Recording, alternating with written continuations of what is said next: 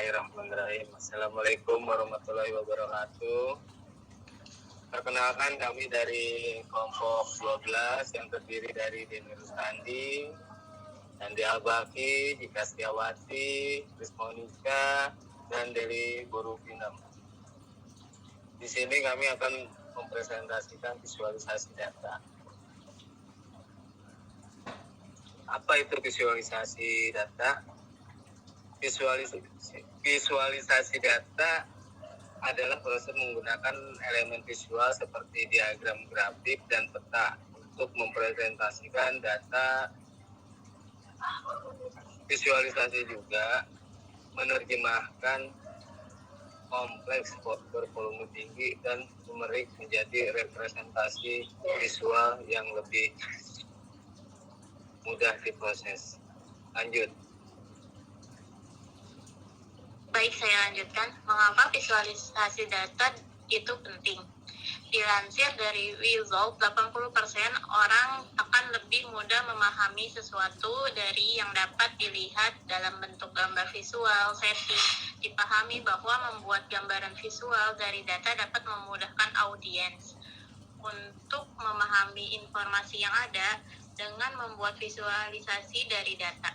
Kamu dapat komunikasikan sebuah informasi dengan cepat dan efektif kepada audiens yang membutuhkan. Apa saja manfaat visualisasi data?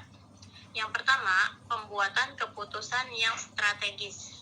Pemangku kepentingan utama dan manajemen tingkat atas menggunakan visualisasi data untuk menafsirkan data dengan jelas. Yang kedua, meningkatkan layanan pelanggan. Visualisasi data menyoroti kebutuhan dan keinginan pelanggan melalui representasi grafis. Yang ketiga, meningkatkan keterlibatan karyawan. Teknik visualisasi data berguna untuk mengkomunikasikan hasil analisis data kepada tim besar. Seluruh grup dapat memvisualisasikan data bersama untuk mengembangkan tujuan dan rencana yang sama. Lanjut. Baik, untuk selanjutnya ada tujuan visualisasi data, yaitu pertama untuk menunjukkan pola dan tren. Visualisasi data dapat membantu pengguna untuk melihat pola dan tren dalam data dengan lebih jelas dan cepat. Ini memungkinkan pengguna untuk mengidentifikasi kesimpulan dan informasi yang dapat membantu bisnis dalam pengembalian keputusan. Dan untuk yang kedua itu untuk membandingkan data. Dengan menggunakan grafik dan tabel yang tepat, visualisasi data dapat membantu kamu untuk membandingkan data dengan lebih mudah dan akurat. Dan untuk yang ketiga itu ada menyoroti perbedaan data. Visualisasi data dapat membantu kamu untuk menyoroti perbedaan dan anomali dalam data, seperti pola yang tidak dapat terlihat pada data mentah, atau perbedaan antara data aktual dan target. Dan untuk yang keempat itu ada menyoroti keterkaitan antara data. Visualisasi data dapat membantu kamu untuk memperlihatkan keterkaitan antara data dan hubungan antara berbagai variabel. Ini dapat membantu kamu dalam memahami faktor yang mempengaruhi data yang diamati. Untuk yang kelima itu meningkatkan komunikasi dan persuasi. Visualisasi data dapat membantu kamu untuk mempresentasikan data dengan cara yang lebih menarik dan mudah dimengerti, sehingga dapat meningkatkan komunikasi dan persuasi kepada semua orang. Dan untuk selanjutnya itu ada 5 tipe visualisasi data. Untuk yang pertama itu terdapat temporal. Temporal adalah salah satu tipe visualisasi data yang paling sering ditemui adalah tipe visualisasi temporal. Tipe ini biasanya cocok untuk menunjukkan hasil dari rangkaian data yang berbentuk linear atau satu dimensi saja. Dan untuk yang kedua itu ada hierarki. Hierarki adalah tipe selanjutnya dalam data. Visualization adalah hierarki. Tipe seperti ini umumnya digunakan untuk menunjukkan hubungan antara satu kelompok terhadap kelompok lain yang lebih besar. Dan untuk yang ketiga itu ada network. Pada dasarnya sekumpulan data atau dataset bisa saling berpengaruh satu sama lain. Oleh karena itu penggunaan network pada data visualization lah untuk mempermudah hubungan antar dataset tersebut. Dan untuk yang keempat itu multidimensi. Seperti namanya, tipe visualisasi multidimensi berarti cocok untuk memvisualisasikan data yang memiliki banyak variabel atau dimensi. Dan untuk yang terakhir itu geospasial atau tipe data untuk visualisasi yang terakhir yaitu geospasial.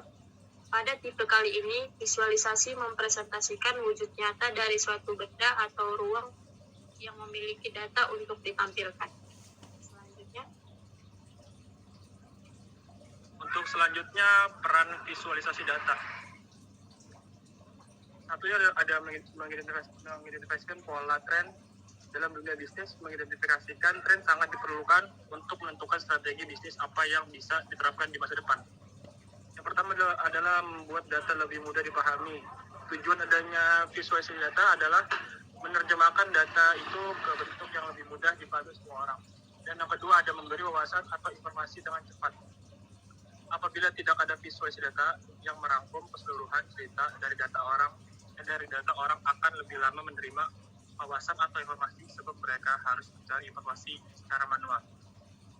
Dan yang ketiga adanya meningkatkan penjualan dalam bisnis.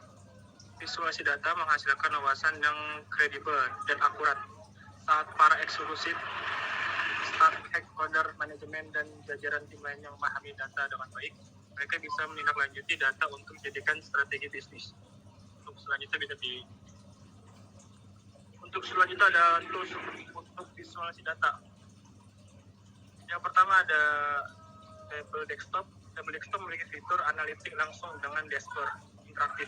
Dengan ini kamu bisa melihat tren, wawasan, dan pola dengan cara yang lebih baik.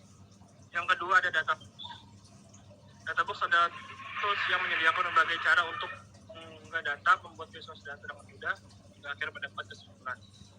Yang ketiga ada Hotspot. Tool visualisasi data lainnya adalah Hotspot. Tool ini menawarkan opsi dalam perbuatan laporan data.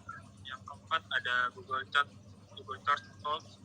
Google Chart umumnya digunakan dengan JavaScript yang kamu cantumkan di website.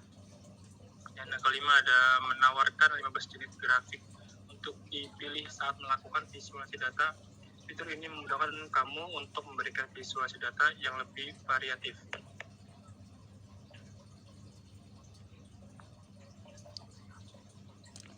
Selanjutnya, apa saja langkah-langkah proses visualisasi data?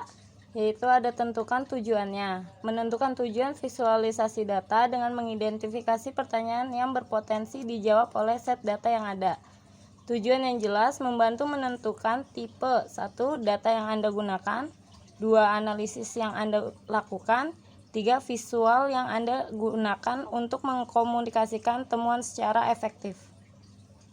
Selanjutnya, adapun langkah-langkah proses visualisasi data. Yang pertama, kumpulkan datanya. Pengumpulan data melibatkan identifikasi sumber data internal dan eksternal. Ada set data besar yang tersedia secara online untuk pembelian dan penggunaan. Yang kedua itu ada bersihkan data. Pembersihan data melibatkan penghapusan data yang berlebihan, melakukan operasi matematika untuk analisis lebih lanjut, atau menyaring dan mengonversi data untuk memenuhi kriteria pertanyaan. Yang ketiga itu ada pilihan visual data. Anda dapat memilih dari beberapa tipe bagan yang berbeda untuk penemuan visual efisien. Baik, terima kasih.